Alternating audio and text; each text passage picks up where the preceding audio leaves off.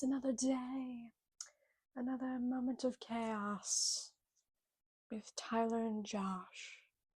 Hello, local dreamers. My name is Anna, and if there's one thing about me I love, it's 21 Pilots.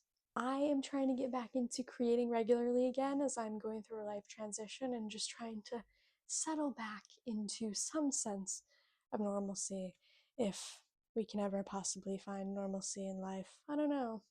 Great philosophical question, especially when you're spiritual like me.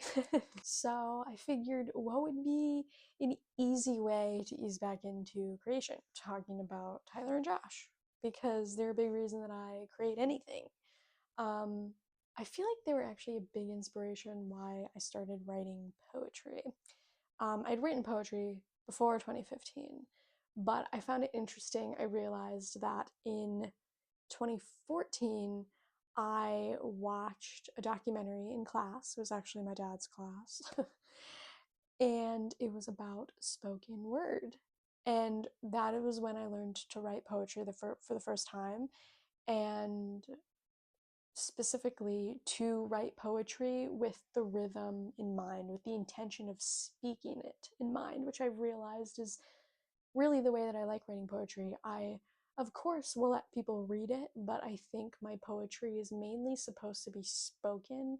And so I thought it was cool that I really got into the way that poetry can be rhythmic right before I found Tyler Joseph and his passion for rhythmic writing.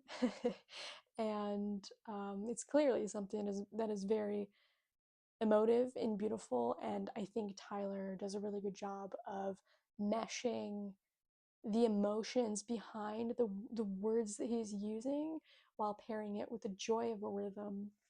And that's just like something I've always really loved that he does. And Josh is so good at complementing that and really bringing his own emotion to his instrument too. So yeah, I just wanted to be chatty about my favorite band today and show you every single piece of merch that I have, which is way too much.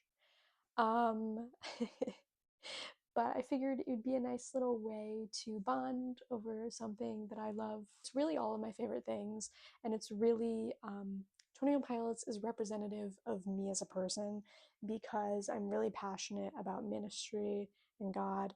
I'm really passionate about mental health and psychology. I'm really passionate about thinking and meditating, sometimes ruminating. That's definitely a weakness of mine. And so it really all together is like all of my favorite things. And I love music and I love art and I love expressing yourself emotively and artistically because in a lot of ways, art is part of the process of like retelling our stories, similar to like you learn homework by like retelling it to someone. I feel like you cement your life experiences and what you've been through by like artistically expressing it in a new way. And I think that's just a really cool way that artists go through their life stories. They're kind of retelling either the lows or the highs through a new symbol, a new metaphor, a new lens, a new perspective. And I love how you just like take the things you've been through and let's see if we can look at it from a different angle and what that means and what that sounds like and what that looks like and how we can find precise words for it as someone who's a writer. That's a joy that I have. And yeah, Tyler's really good at that. And I just know through his writing that he's very introspective and I relate to that a lot. Without further ado, I'm going to start by cutting in what I just filmed of all of the things that are on my walls, including this. Had to put it in a little corner of the frame right now because I just thought that was cute. But yeah, I have a lot on my walls, so enjoy. So there are a couple of places in my apartment where I have some merch on the walls. This is above my bookshelf with the movies and my Christian books. So up here we have the Bandito bandana that my friends gave me. I've gotten some merch from them because they no longer wanted it. My good friend Michael bought me this fan art that I love so much. If we want to zoom in, it's obviously Blurryface inspired. You can see there's a lot of different little pictures down here. You have the drumsticks, you have the uke, you have the hanging mic, and there's even a little airplane and light bulbs. 3 lights are lit, 4th one's out. Then you have the bunny and Tyler and Josh and Fame and Success from Lane Boy, all the little ghosties and the bubble. It's just super fun to look at, and there's always like new details to notice. I unfortunately do not know who created it, but if you know, let us know. In the dining area, we have this wonderful poster from the listening party for Breach. I don't know why I just doubted that. And then this is probably my favorite, is I got this pendant, Power to the Local Dreamer, Salo Folina. Love this. I love it so much. I saw it and immediately was like, I have to get it. Obviously I say local dreamers on my podcast when I introduce, or rather say hi to everyone. But also this is just how I would describe myself. I'm a dreamer. And that's also why I love La La Land. Love all my laptop stickers, but of course I had to use the one on here from the Torchbearer edition of Breach that I got. And then in the kitchen, I just have some wall magnets I recently made from a Galentine's. And so, yeah, I just wanted to put, if it will focus, just wanted to put the Paladin Strait Bandito moment that we got to see again in the movie recently. And as you can imagine, my bedroom is where the bulk of my stuff on the walls is. So I have the large Blurryface flag, which is also from my same friends that gave me the bandana. This is my favorite corner. We have my vessel vinyl. And then put my little pin here. Honestly, I just don't know where to put pins, so there you go. My little symbol. So up here, this is from the Clancy concert, which was my absolute favorite. So we have me and Becca in front of the logo at the little, what was it called? The little event for the fans beforehand. I'm totally blanking. And then we of course have our stressed out bike photo, and I took a photo with Trash. And then we have me at the very end of the concert in front of where I was front row for Josh's drumming for Trees. And then we have, this is actually the moment right after Josh's backflip when he ran back to the drums. And I just like how Tyler was precarious on the piano, and so I wanted to print that one. And then here's my beautiful collage that my aunt gave me as an idea. Just tucked my lights around here. This was my lanyard string from, again, the VIP event I cannot remember the name of. But I actually put the actual lanyard inside the collage. So we have that. We have Tyler, and yellow's my favorite, so had to have that photo printed. They signed this little postcard that was in the Ned bread bag. Me and Becca again in front of the projector screen. Corazon. Josh, obviously, me front row again. Someone gave me this cute I Am Clancy for Michigan, which was super cute. In this corner, we have the Clancy listening party poster. And then last but not least on the walls, in the corner by my bed, we have my very old and battered most used poster, which is I'll Stay Awake because the dark's not taking prisoners tonight. And I believe this is Vessel era, question mark. This one I got in college at a poster sale right after I got into 21 Pilots. I didn't see any of their posters, and then I asked the man if they had any 21 Pilots, and they said, actually, I think we do. And he pulled it out just for me.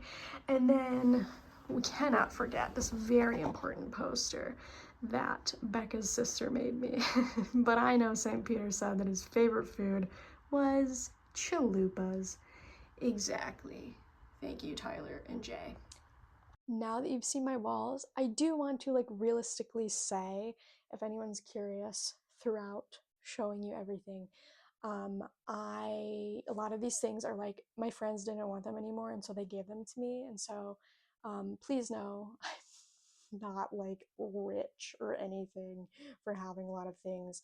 Like a genuine third of the things that I have were given to me or gifted to me. And so the only things that I genuinely bought myself that you've seen already were the flag pendant, the vessel vinyl, and this poster. Actually, those are the only things you've seen that I've actually purchased. And this has literally lasted me since 2016. This is a 10-year-old poster, and it has been on the walls of it's been on the walls of 5 places. So yeah, it's honestly a miracle it hasn't ripped or has a hole yet. It's very worn down. The corners are very thin, like thinner than a piece of paper thin at this point.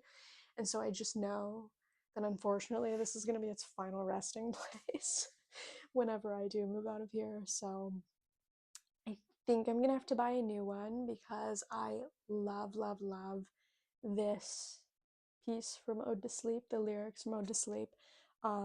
It's along with Migraine, I feel like some of my go-to lyrics that really encapsulate spiritual warfare for me. And so it's been with me through my entire journey with anxiety almost, actually. So I feel like I have to get myself a new one or something. So probably be looking into that whenever I have to retire this one. But it's been with me a very long time. And then, obviously, like I bought the experiences that got me the photos that I have, but I did not pay for the photos themselves. So I guess even though it's like not a thing, before I jump into the things, I'll also talk about how I have been to 6 concerts, and I went to the re-release in theaters of the Scaled and Icy show, and then I just saw the Clancy show. I almost said Breach, but it was definitely Clancy. Um, yeah, what did you guys think of the movie? I was just talking to a friend about it. I loved it. It wasn't super emotive in that compared to Breach, it didn't feel like a continuation, but it more felt like a flashback as someone who did go to Clancy. Obviously, still is fantastic. Beautiful cinematography. Um, and my favorite part, though, because I've been to the Clancy tour, was all of the behind the scenes bits with Tyler and Josh that were new to me. And then the performance of The Line was not something that I had gotten to hear live, so that was cool too. My favorite part, as someone who is a Christian and loves God, was how Tyler talked about he felt immediate peace as soon as he goes out on stage, because me and my friend who was with me were both like, that's called the Holy Spirit, and that being what you were wired literally to do. And so I really liked that he said that, because it just cemented, when something is paved out for you by God, like, you can't mess it up. It's not going to be um, something you can't walk into with confidence, knowing that God has equipped you. So I just thought that was a cool spiritual metaphor, that he felt such peace. I thought it was funny that, even if not intentional, Tyler had the fancy wheelie chair and Josh had the crappy folding chair. That was funny. That was the theme of their running jokes and interviews, so I really liked that little piece. And I loved knowing that, like, we didn't literally see Mark, but Mark was everywhere. That was that was cute. I liked the little flashes of Debbie, and I was like, ah, I kind of wished I had more of Debbie and Jenna. It was a joy, and I hope you guys enjoyed it. So I've been to 6 concerts. My first concert I ever went to was the Emotional Roadshow tour in 2016 with all three of my siblings, so that was a very special experience. I'd never been to a concert with all three of them, and it ended up being the band that would become my favorite band. So that was cool. Somehow, I did not purchase anything at that show, which is crazy. I remember really loving Josh drum dueling with himself. And I remember that was when Tyler did the hamster ball, and I unintentionally captured it in slow mo, which made it extra funny to me. And I remember being so excited that they played Forest in their medley and just not even believing that they were playing that. I just thought for sure they were not going to play that. So that was the coolest surprise, which they actually played again. Tyler played From the B Stage piano at Clancy as well, which I was like so shocked that I got to hear it twice live, but so, so grateful and blessed that I got to. Um, yeah, and then second concert to I went to two concerts during the Bandito tour, which was definitely my second favorite tour. The first time I went with my friend Kate, and we sat in the lower bowl, and that one was another very special live music moment for me because I think it was also Piano B Stage Tyler Gets Me, which is so cool because that's like his favorite part of shows. Because he whipped out Taxi Cab at that one, and we freaked out and we're just sitting there dead silent, like in awe together.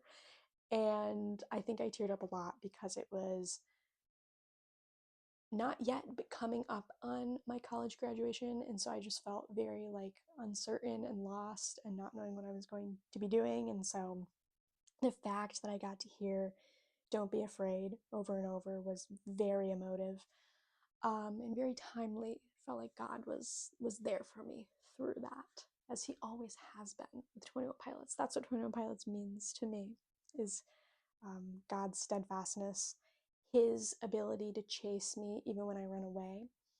That's literally what he did in my testimony through 21 Pilots coming into my life. I was trying to run away, and with songs like Attic with a Pen, he was like, and you're not.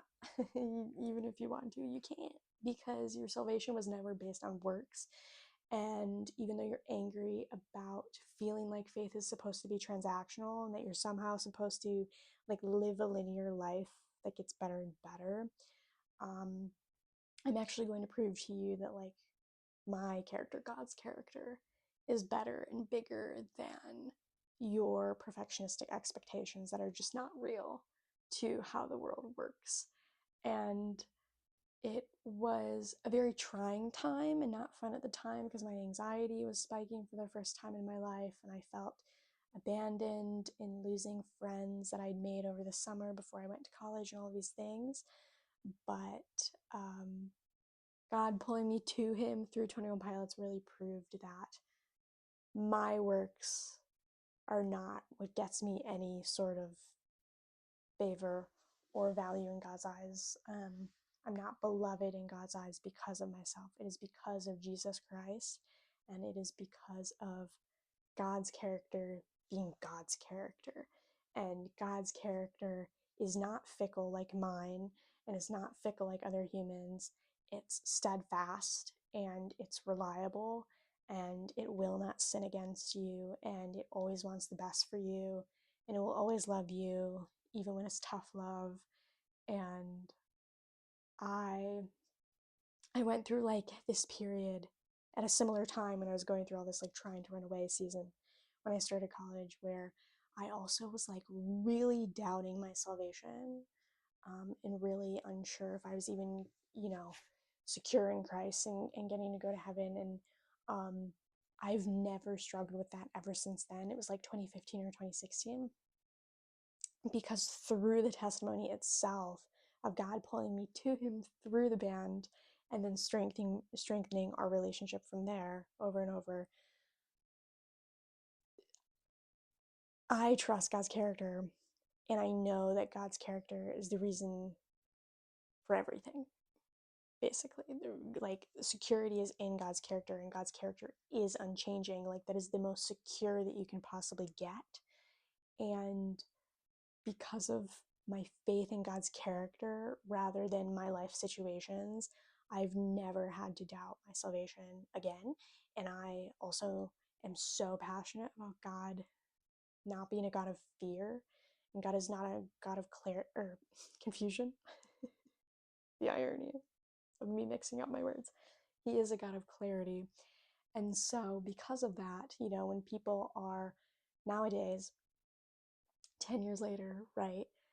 Sometimes people can get insecure about their salvation. Sometimes people can be afraid of like judgment day or like all these things. And I will be the first person to be like, hey, we need to like stop with the fear, because like what we can trust in is God's character, and God's character does not produce fear. And I don't know, it's just been a cool like full circle arc. Sorry, it's been a little bit of a tangent, but where I used to be the very insecure person trying to run away, and now I'm confident standing on God's character, and I'll be the first person to tell you like you can be confident in God's character, and that's what your salvation is based on. Fear has no place here, and insecurity has no place here. All that to say, really needed taxi cab, and that was fantastic. And then in 2018, I was on the floor with my friend Becca, and we went back, and that was cool because that was then the point in the tour where they started doing the bridge to the B stage, and that was the coolest thing ever. So that was super fun. We were outside in like the hottest day ever, sweating so much, trying not to get sunburnt. We ate lunch, we ate dinner, we survived. It was such a long-winded experience, but so worth it. And I think we played cards at one point. One of our friends stopped by, which was super kind. She let us sit in her air-conditioned car for a few minutes, which we both really needed. And it was just a fun, exciting, like expectant time. And I just loved Trench, so it was so fun to see Pet Cheetah play out. So fun to see Jumpsuit for the first time. I remember like nothing as cool as the moment when we heard Jumpsuit live for the first time and everyone in the pit started jumping, and so you like physically had to as like one entity in the pit, and like the pyrotechnics were going off, and it's just such a good opener.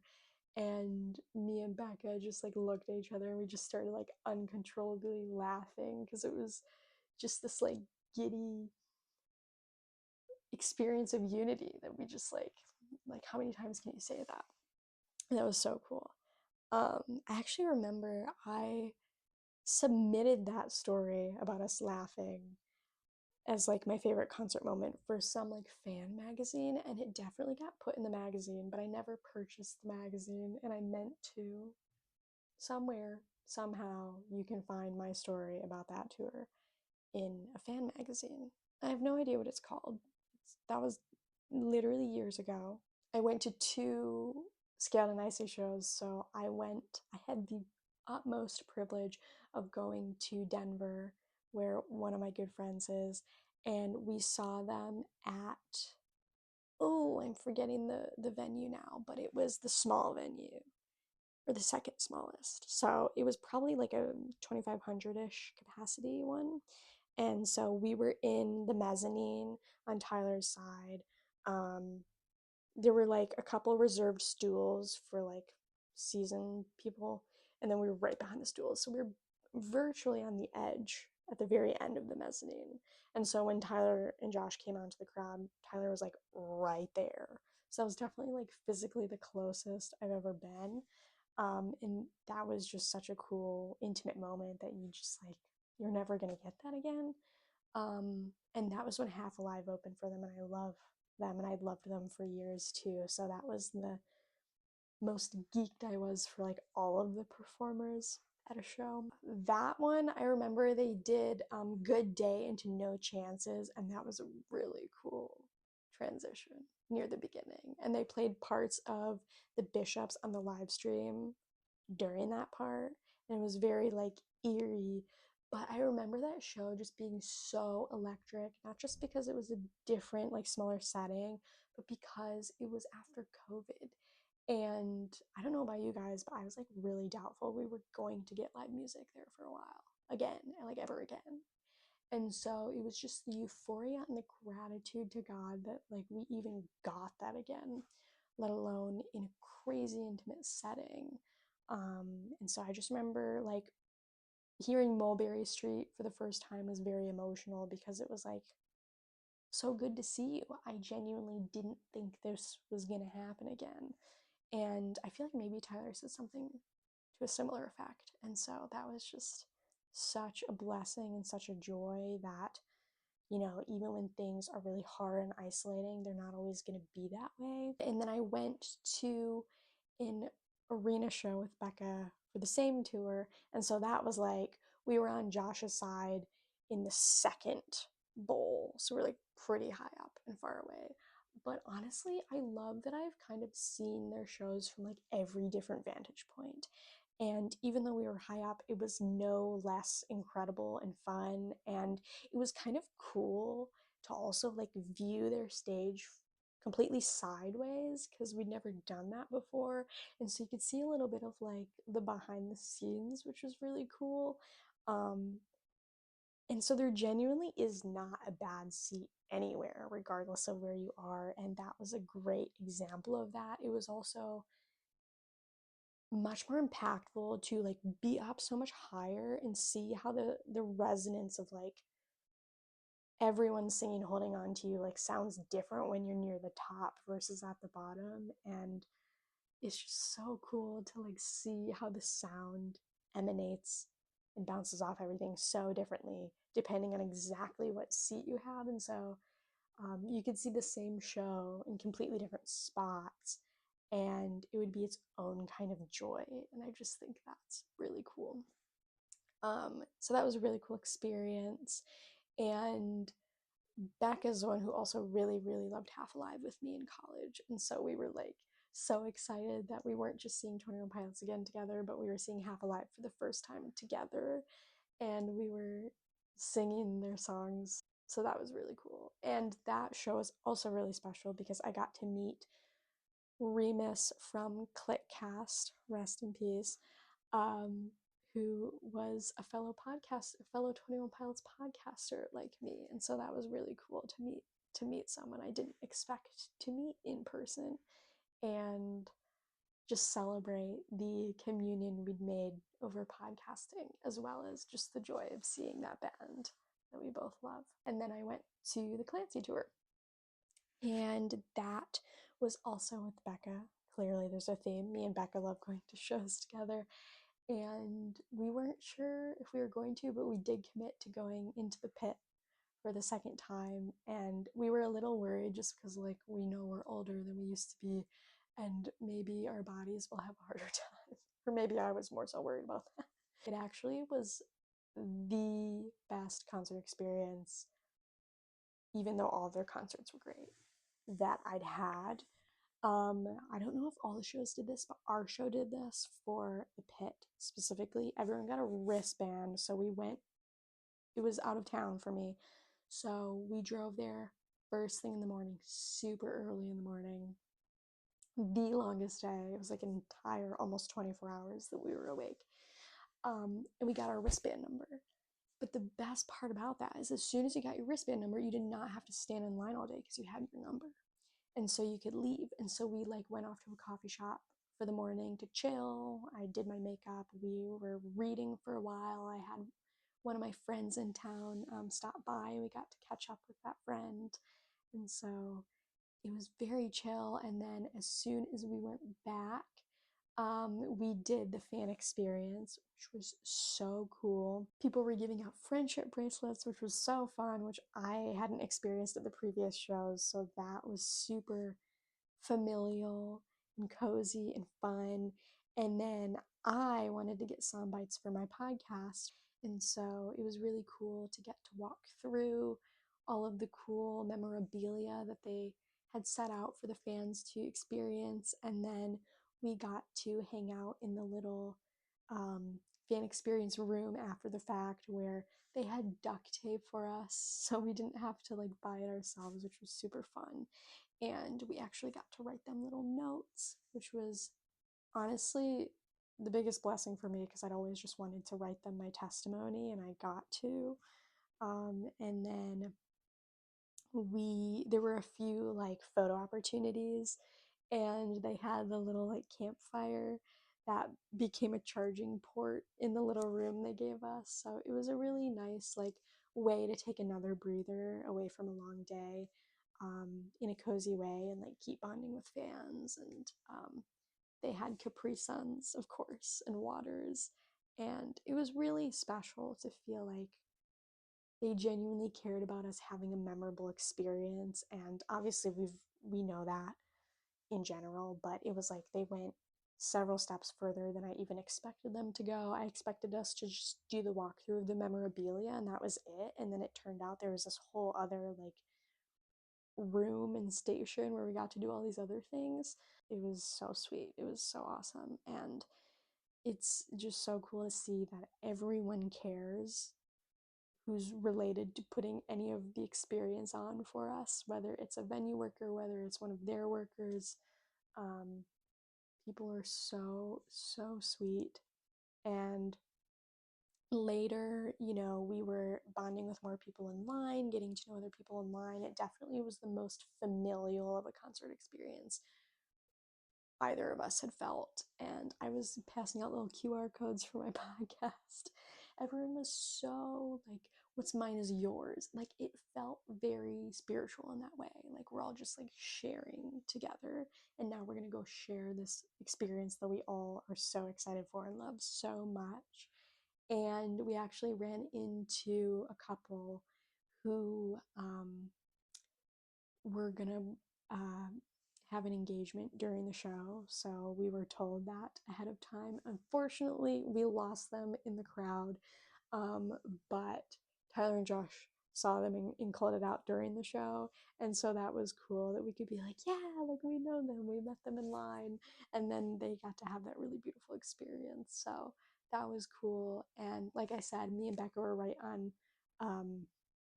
the front where Josh came out into the crowd. And so basically, the way that that happened is we planted ourselves like in the middle of his red circle the entire show. And so when everyone pushed out, we ended up being on the edge. Unfortunately, we did get separated by a couple people when they were pushing out, and people were very shovey when like everyone surged forward as soon as Tyler and Josh were set up. So that was like a little scary um, for all the people around us. But luckily, I was like right at the front and just held onto the bar so people like did not hurt me. I was like, I had the fortune of being able to ground myself with the bar in front of me. So thank you, Josh, for having bars to hold on to. Because I'm a small person. Um, yeah, so those are my concert experiences. God has just proven that He gives me way more blessings than I even deserve throughout all of those experiences. There's like something so unique and cool about every single one of those, and then let alone like Backslide is probably like an oldie station. Those are two of my favorite live songs I've ever gotten to hear live, as well as Taxi Cab. Man, just so many things. But I feel like I've already talked about so much that I'm gonna get into all of my belongings now. And this is the joy of like, I have a podcast, but one thing I can't do on my podcast is show you visuals.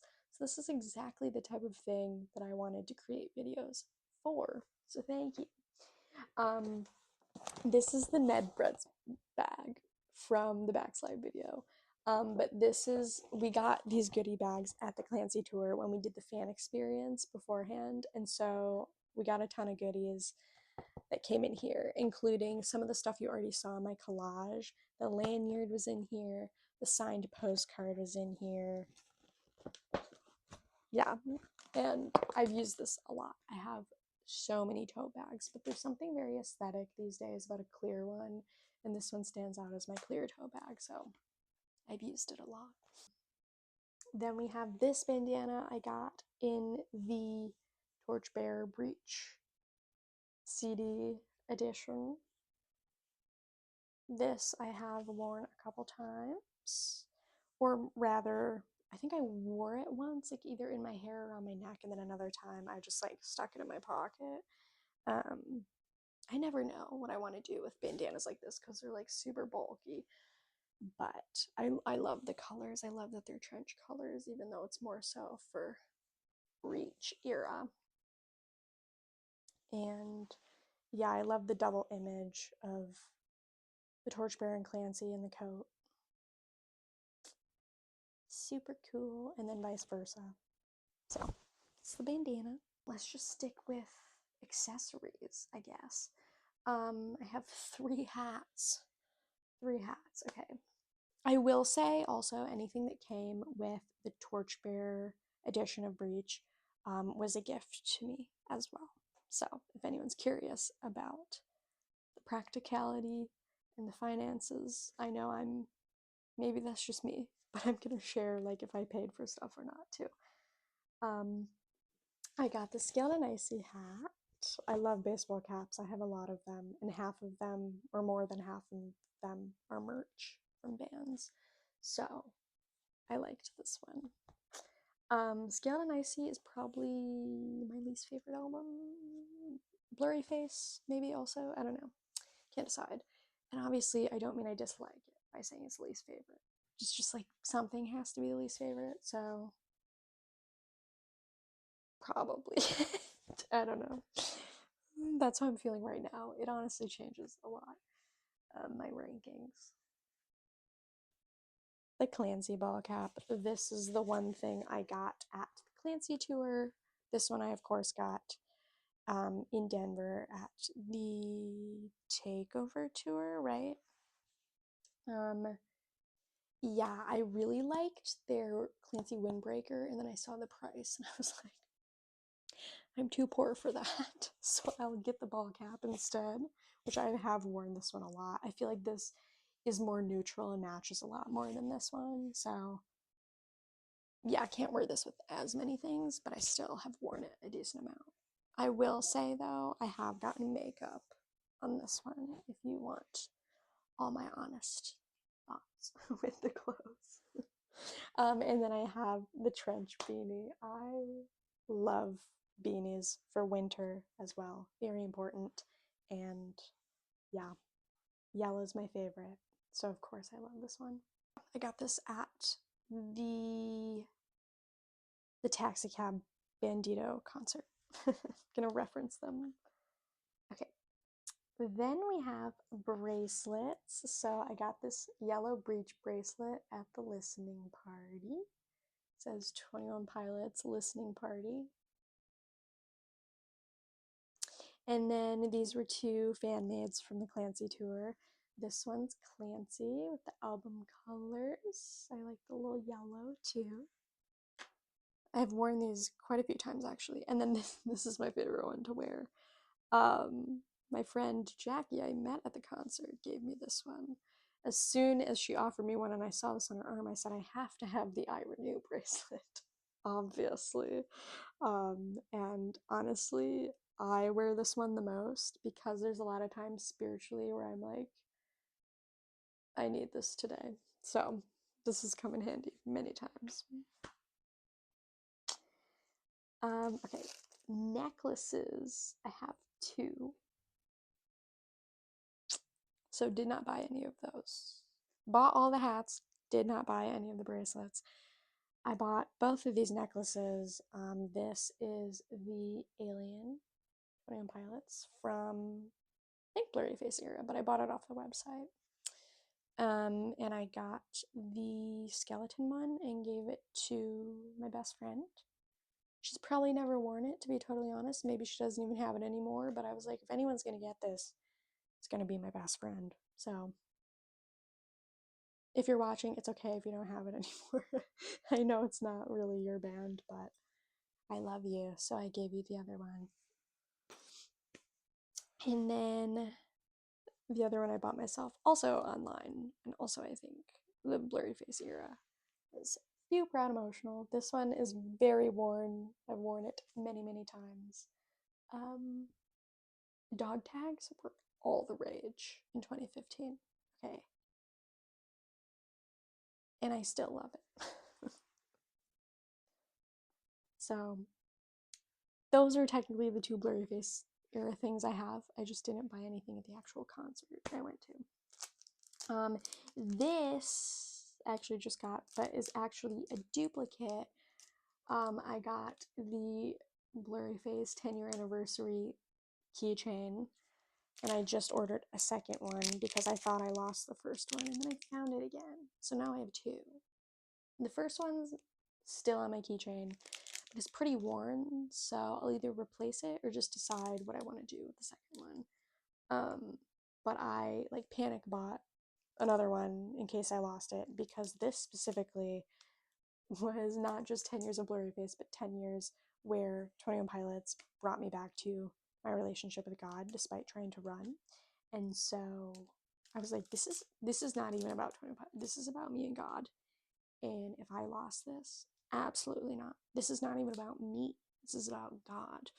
So I panic bought another one in case I couldn't find it and or they sold out, which obviously they probably wouldn't because it's been like a year. But now I have two, and they're both for me and God. No one else. I had a few blurry face pins, so I just found this one. I forgot I had it, but it was actually on my bookshelf. I never know what to do with pins because I used to put them in on my backpack in college, and now I don't really use a backpack, so they just kind of sit. And I feel like I need to do something with them, but I don't know. What do you do with pins? I don't know what to do with them. And then the other one that was by my collage, but I forgot to show you when I was showing you the walls, is my FPE pin. So, two FPE things. What do you do with pins? I just when I was getting out some of the music, I found this really bad quality photo from the Blurry Face concert I went to. 2016 grainy photos. Hey. So iconic though. Tyler in that shirt and those pants. What a time capsule. I'm not getting rid of it. Okay, before I forgot, which I almost did, I wanted to tell you about the sweater that I'm wearing because it's probably actually my favorite piece of clothing because it's very subtle and it's very personalized to me. First of all, it's yellow, and I think I've said this like several times already, but yellow is my favorite. And so for a while, Trench was my favorite album, which has now been replaced by Clancy, and we can talk about that a little more later. But I still love Trench. And so my friend embroidered this for me.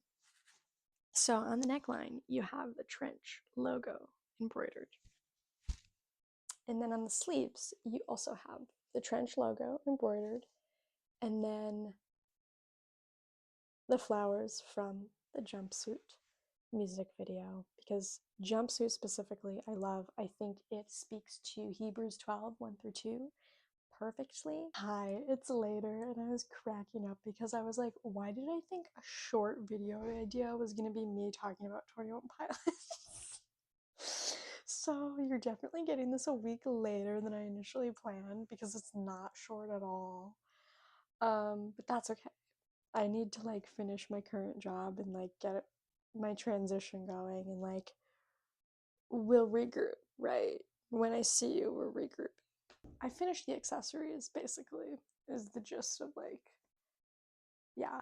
Okay, I talked about a lot of this already, but now I have to re-record it because I also was like, oh, I can definitely finish the video with 30%, and then my phone died on me, so excuse the choppiness.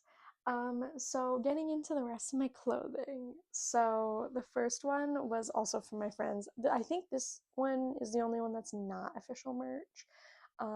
This one is from Hot Topic. Don't trust a song that's flawless. Love this. I feel like it's so true spiritually too, towards like people. So I feel like I'm representing a metaphor every time that I wear it, which is why I kept it. And then during COVID, I really wanted to financially support all my artists because I was afraid they were getting no money. And so I bought the Level of Concern shirt, USB 2.0. This one's super comfy. It is more worn, as you can see by the name on the sleeve, but it's great. And then obviously the USB on the back. Also, I was in the Never Ending video, or any of you guys. I did a little dance with my podcast microphone, and then I put the name of my podcast on it. And I loved how they sent you the little like template of Tyler acting like he was watching every single one. That's funny. I feel like I feel like they have my type of humor, and they've also like made my humor like more exaggerated towards our like shared humor since I've known them. So that's just like side note. I also wear my merch regularly. I don't know if there's like a lot of people who just buy it to display it. I'm a very practical person, so I don't understand that. And so I have two that I recently wore that I need to wash. One of them is from the Bandito tour. I bought this t-shirt. I love this shirt. It has yellow rose for Legend, and I'm about to do Legend podcast in the next month. And I have seriously been looking forward to speaking on Legend ever since I started the podcast. It was probably the podcast I was most excited to talk about because I get to talk about someone I love a lot. So stay tuned for that. And then the backside has more yellow roses. The other one I recently wore, this was a crazy find. I actually did not find this, but a friend of mine found it at a thrift store, and she thought of me and was like, hey, do you want this? It's $5. It's official merch of $5 at a thrift store. So I just want to remind you to be loud about your interests because people will remember that and they might find you something official for $5 at a thrift store. Which every time I say that is crazy. I like triple checked the tag.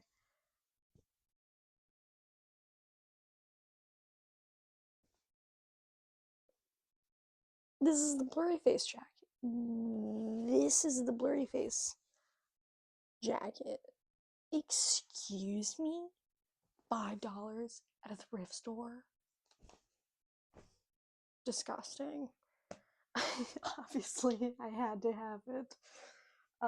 So also no, even when I have like a fancier piece like this, it was $5 at a thrift store. I'm not full of money. Um, and then this is genuinely my favorite hoodie. This is everything I visually love about Trench, the album. It's yellow, it has the logo, and it has the camo, non-camo Trench vibes. And then on the back, I love the lettering. And this, as you can tell, has held up really, really well. I really like that they went for stitching for the name on the back because that's going to hold up so much better than like the print ones. This is going to last forever. And these drawstrings are so fun. This is my favorite. They're all my favorite. To go along with the beanie, I simultaneously bought this because they went together so well. And this was the cropped hoodie at the Bandito tour. And I just want to say, I don't know if it was Jenna, Debbie, other people, but this tour, they incorporated feminine merch pieces, and it was incredible. As soon as I saw this, yes. And I don't know why the past couple of tours they haven't done the same thing because I thought it was so successful and I thought it was so smart. Because so many male artists and male bands don't have feminine pieces, and I think that's such a loss. Because if there were more feminine merch pieces in the world, so much more merch would be bought. Like, I swear. So I don't know. But all I'm saying is everyone needs to take note from this tour because this is easily also a favorite because it's feminine. Um, and the vulture on the back has held up fantastically. The track list, can't really read, but the vulture, fantastic. And I've worn this one a lot. It's perfect because if you get too hot, it's okay because it's cropped, right? So it's the best of both worlds. Keeps you warm, but not overheating necessarily. And then this one was my financial splurge because my anxious brain was like, I can't go to the breeze shore. And what if I never see them again? And what if they're done? Go big or go home. So Becca did get to go. I did not. So I kindly asked her to get me a piece of merch that I would pay her for. And she did because she's the best. And I wanted to get a more unique piece and splurge. And so I got the windbreaker. And I did get to wear it finally because I got it in the winter, so it wasn't the right season. I did wear it a week or two ago. And it turns out the size is perfect on me, which is crazy because I'm a petite person. Nothing ever fits me. This fits me perfect. Proof that God is real, among many other things. Yeah, this is great. And it's gonna last. Have the logo here. Okay, you have the very fun breech title on the sleeve. I don't think that side does not have anything. You have the mesh and the hood in there. And then on the back, you have, similar to my laptop sticker, the TOP in yellow this time, which I obviously love. And then FPE, the Clancy / breech logo, and the Torchbearer Clancy Stief. I love it so much. And at the bottom it has like tighteners. It's like you can also tighten it more to be extra warm. It's fantastic. It was worth my splurge. So those are all the clothes that I have. Too many, but I love all of them and they've all lasted very well. I will say the t-shirts last.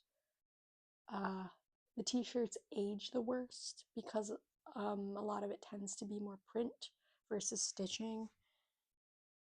I find that the hoodies have stood the test of time a lot better, which could also just be a texture thing and the type of material they're made out of because they're different kinds of clothing. So, yeah. But even the t-shirts have been well worth it, and obviously I've still worn the t-shirts for what, 6+ years now. So like even though they've aged worse, 6+ years still of usage. So that's really good. Yeah, so some books in the music itself. So as you know, I have the Vessel vinyl. It's weird that I have Vessel, but I don't have Blurry Face. I don't actually have a vinyl player. My parents did and so when I bought it during college, it was like, well, I can play it when I go home to my parents, but now I just can't play it. The thing is, I have always preferred CDs to vinyl, so it doesn't feel worth getting a player just for the one vinyl and then a 1/6". So it just doesn't feel worth it to me because I have no intention of buying any more. So, and it's great because CDs are cheaper. So maybe I'm financially frugal, even though I'm less trendy. Yeah, I'm also grateful that I have an old car that has a CD player. Whenever I inevitably have one that doesn't, I'm going to be depressed. That's okay. I feel like players are coming back around again, so I'd probably just buy myself a CD player at that point. So I can still use all of my CDs because I have a huge collection. You can also watch that on my channel. Self promo. Okay, so, but I do have trench. Longtime favorite. I love how all of these have like some kind of extra sleeve. Why are they so bougie? Yeah, this one's cracked though. Sad. I loved it too much. It cracked. A lot of you might have seen this before, but I'm gonna show stuff anyway because it's cool. It's the camo, non-camo that I love so much. And then a little booklet that I've been referencing as I've gone through the podcasts. Because why not? I don't reference the booklets any other time, so might as well get them out for the podcasts.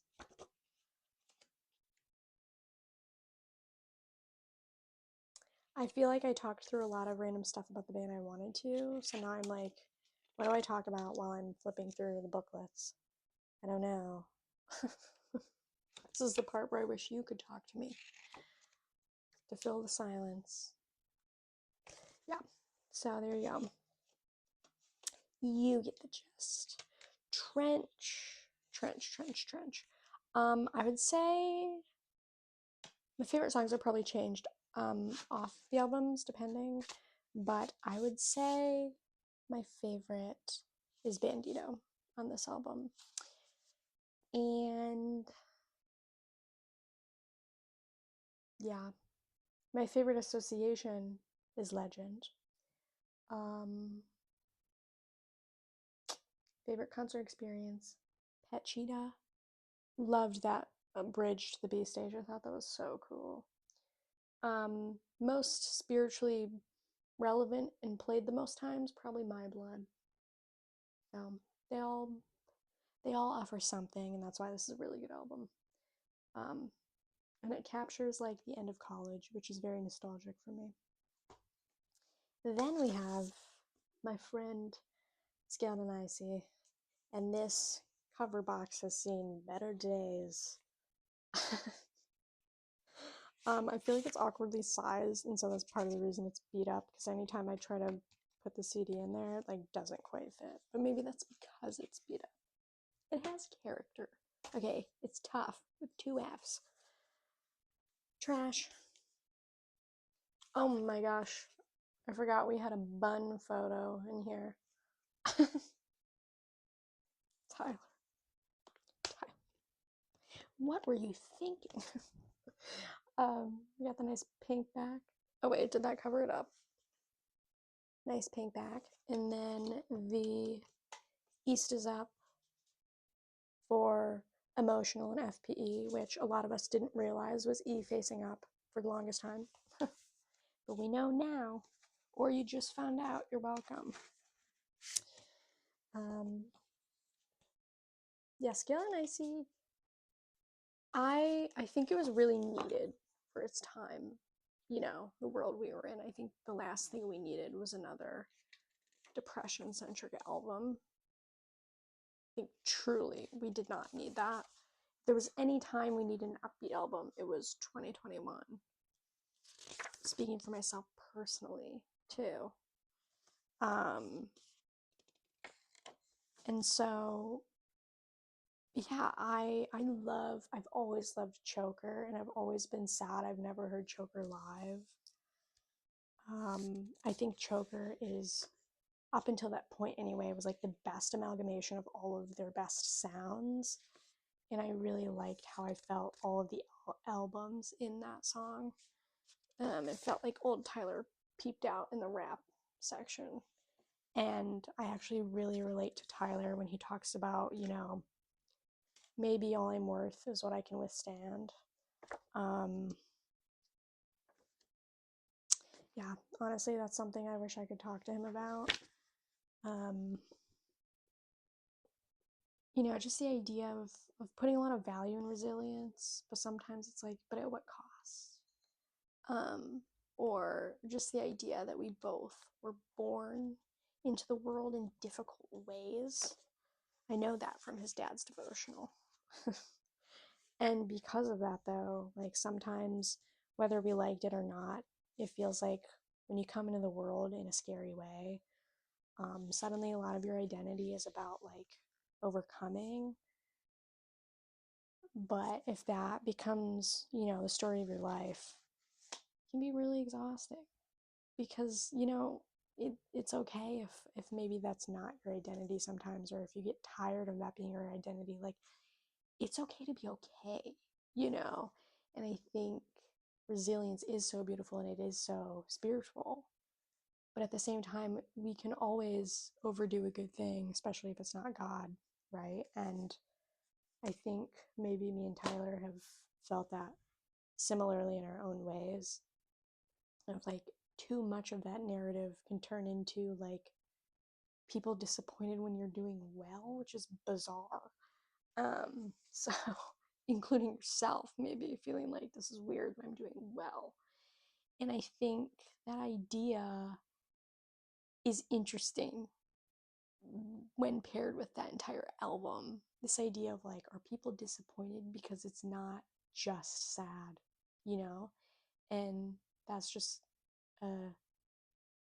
one of those moments where I like try to put myself in his shoes, and it's like, I can't even imagine. Okay, then I have the MTV Unplugged. I did get this one. Um, wasn't this the first time we actually saw Josh sing on something? Iconic. Of course I had to get that. And look how much he's done since then. I really like the color of this one. And I really like all the versions of these. I think Tear in My Heart is my favorite. I love the 80s vibes they added to it. Makes me very happy. I love 80s music. I think it's so corny and fun. And I love a lot of 80s movies too. What else is on this one? Yeah, I always say that Joshua William done. Okay, I think I am done. Also, can we talk about, not related to this specifically, but why did they make Drum Show about Josh and say Drum Show so many times and they never once said Done Show?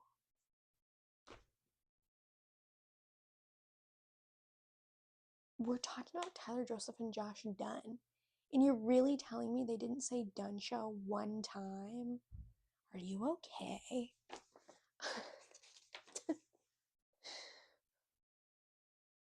It's like all of those theories now that are like, this person was cloned. It was like, are you sure that's you? Because you didn't do that. Oh my gosh, guys. Too much of my feet are those conspiracy theories right now, and I can't take it. It needs to go away. It's like, I mean, it's good though, because it's kind of making me not want to be on social media, which is good. I don't need to be. Then we have what I love, which is the Clancy Journal. So Clancy is my favorite album. I would say, um, of all the albums, the reason I love Clancy the most is because it feels the most true to everything in adulthood post college that I've lived personally. Um, both with spiritual warfare and what that looks like, and how it feels to be just like perpetually an adult now without those like consistent life changes that happened in your education years. You got used to like things changing every so often, and that's not necessarily the case as an adult, which is like maybe the biggest adjustment you have to go through. um and so there's so much in Clancy that I think is so good for adults, because adulthood is most of your life, right? Versus anything pre-adulthood. And so I feel like we don't prepare people enough for just like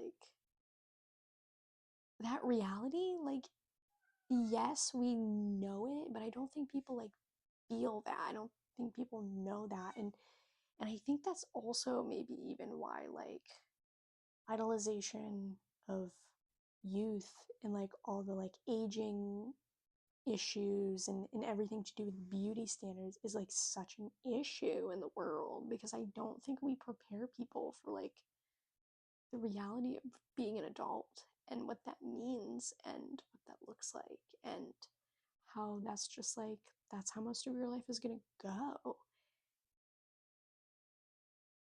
I don't know. The world is weird because it's like you kids fixating getting older, and then as soon as they're actually an adult, they're like, wait, I didn't actually want that. What do you mean?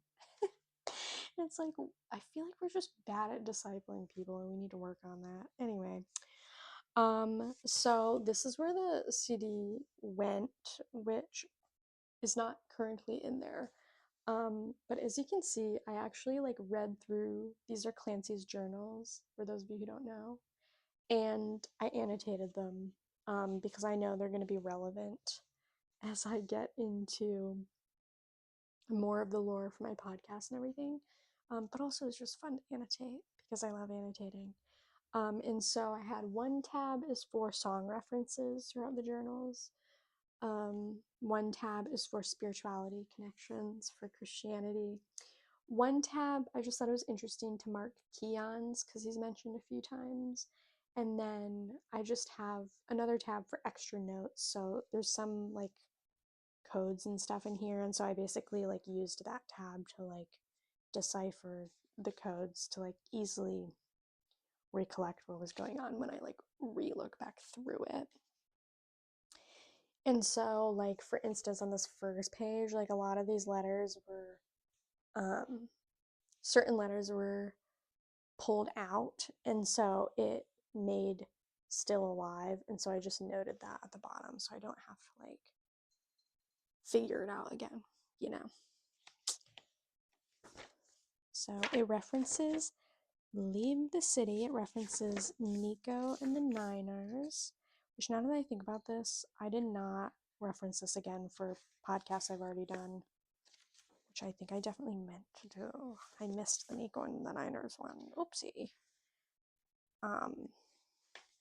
There's some illustrations in here too.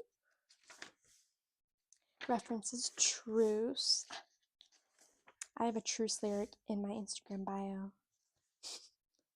References A Car Torture Death, which I love how everyone made those connections real fast throughout the entire lore. Love to see it. I just love these letters. They're so cool, and to find like more spiritual connections was really cool. Jumpsuits reference, which makes sense lore wise.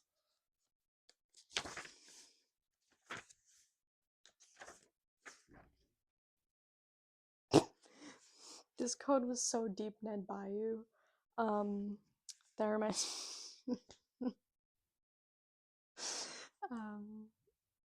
I always forget what the actual translation of the lyrics from Nico and the Niners is, but I just always think of how someone was like, they're saying, so did they bury you? And I just think of that every time I hear that song now, but I genuinely can't remember what the actual translation is. Is it So Deep, Ned Bayou? Maybe. Just crack up every time and go, so did they bury you? Because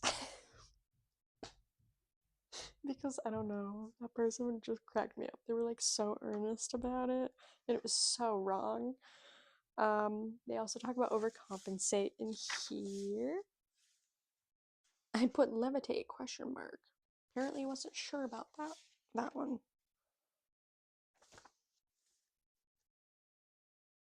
And then he did put the Clancy letter in here that he spoke in the I'm Clancy video too, which is cool.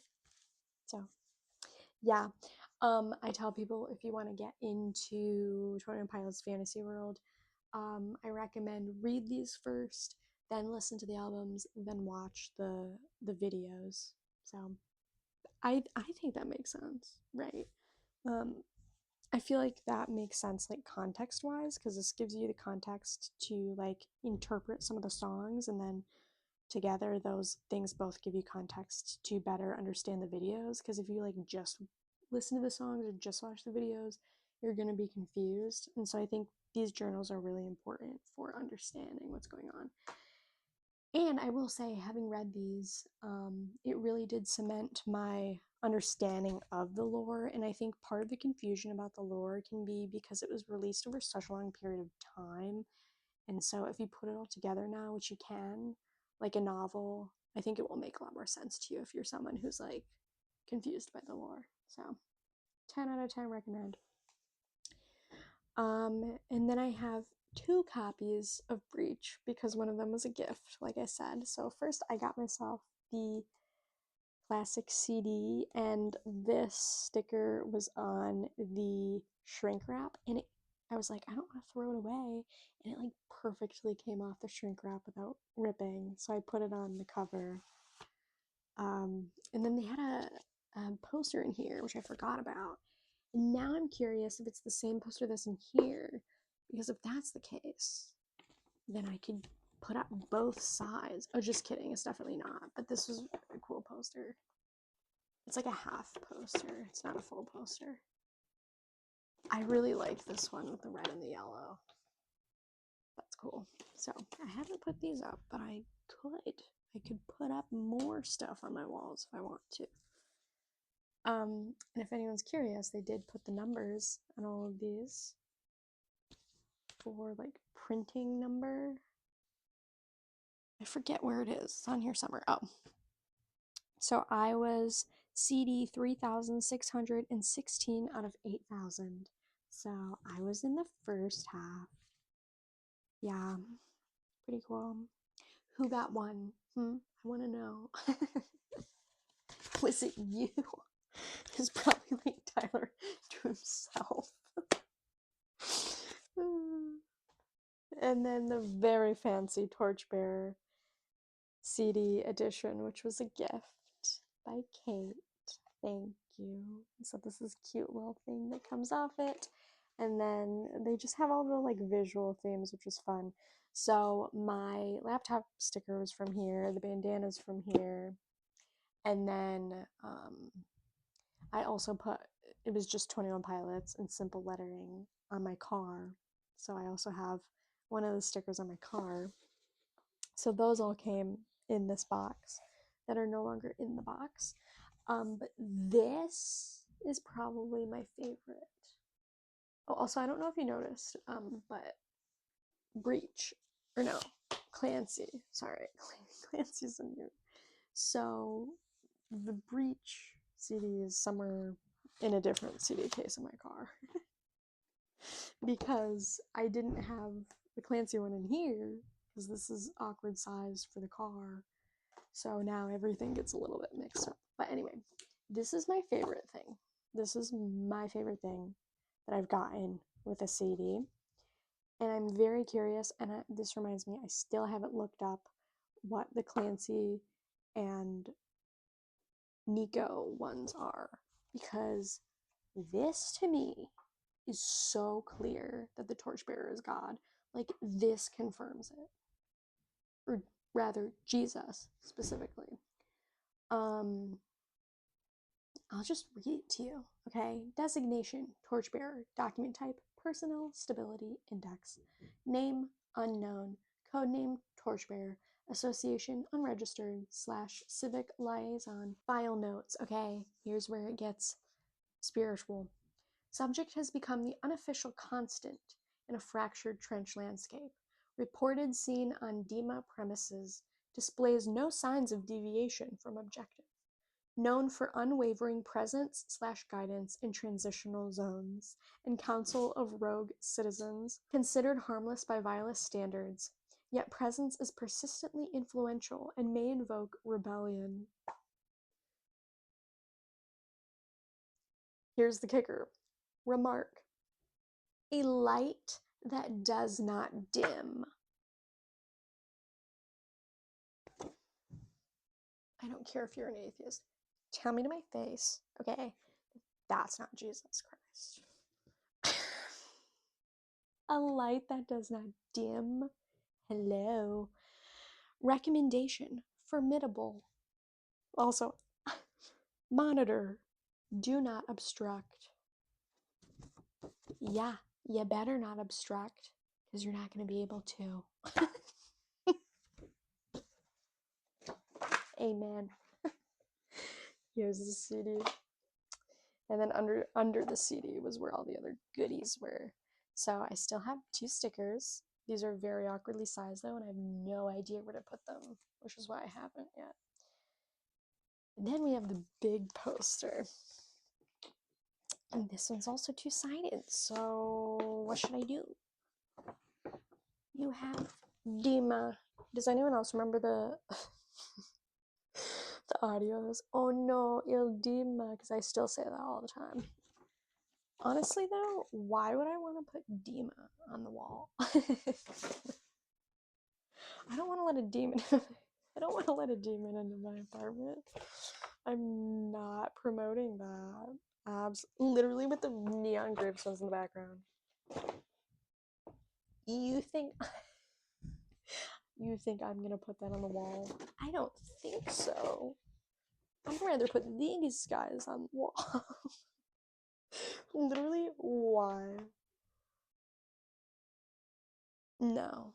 You really gonna tell me I'm gonna read that and then put this on my wall? I know symbolism when I see it. No, thank you. And then there was also a little photo book, which is so cool. So cool. And the red parts are glossy, which is even cooler to me. Breach coming out was such a fun experience. It was so emotive. Oh, that's such a good picture of Josh. Wow. He's a model. This is my favorite. I just love the gloss. It's so fun. I love when textures come together. Hi, Nugget. There's my other poster again. So honestly, I would say The Contract's still my least favorite song in the album. Center Mass is my favorite, and I still need to watch the full live version because I was so excited they finally performed that one. It's my favorite. I relate to it so hard. And just like, having gotten kicked down so many times over the years, sometimes it can feel like, man, is everything just like out to get me? Specifically? It's that resilience piece all over again in the wounds. Ooh, that's a good picture too with Fire and Josh. Or sorry, Jesus. No, he can't say that because it sounds blasphemous. But he's totally Jesus. He's supposed to be Jesus, rather.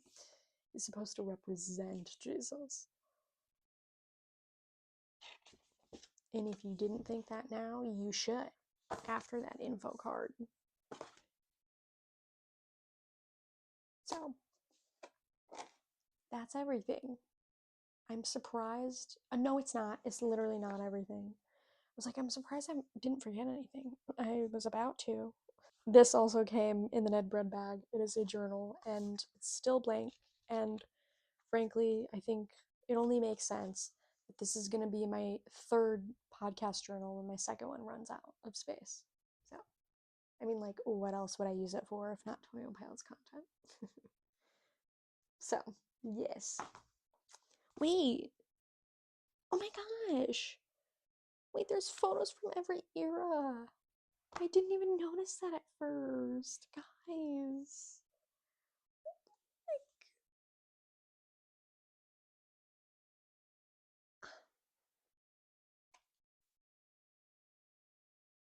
Oh my gosh. I just noticed that. Oh, they're so little. And then last thing, which is more related to 21 Pilots, but I got The Only Band in the World book by Ryan Bird. And yeah, Josh does the foreword. He wrote the foreword in 2024. And Tyler wrote the afterword in 2024. And there was like a theory of like maybe it's fake, but this is someone who interviewed them a lot over the years, and so this is a lot of their conversations from over the years that they didn't air. And Tyler talked about his love of Paul in the Bible, and it was great. I loved it a lot. So that's everything. And that was a long video, so I'm gonna go. But I will see you sooner than last time, and have a great March while you're at it.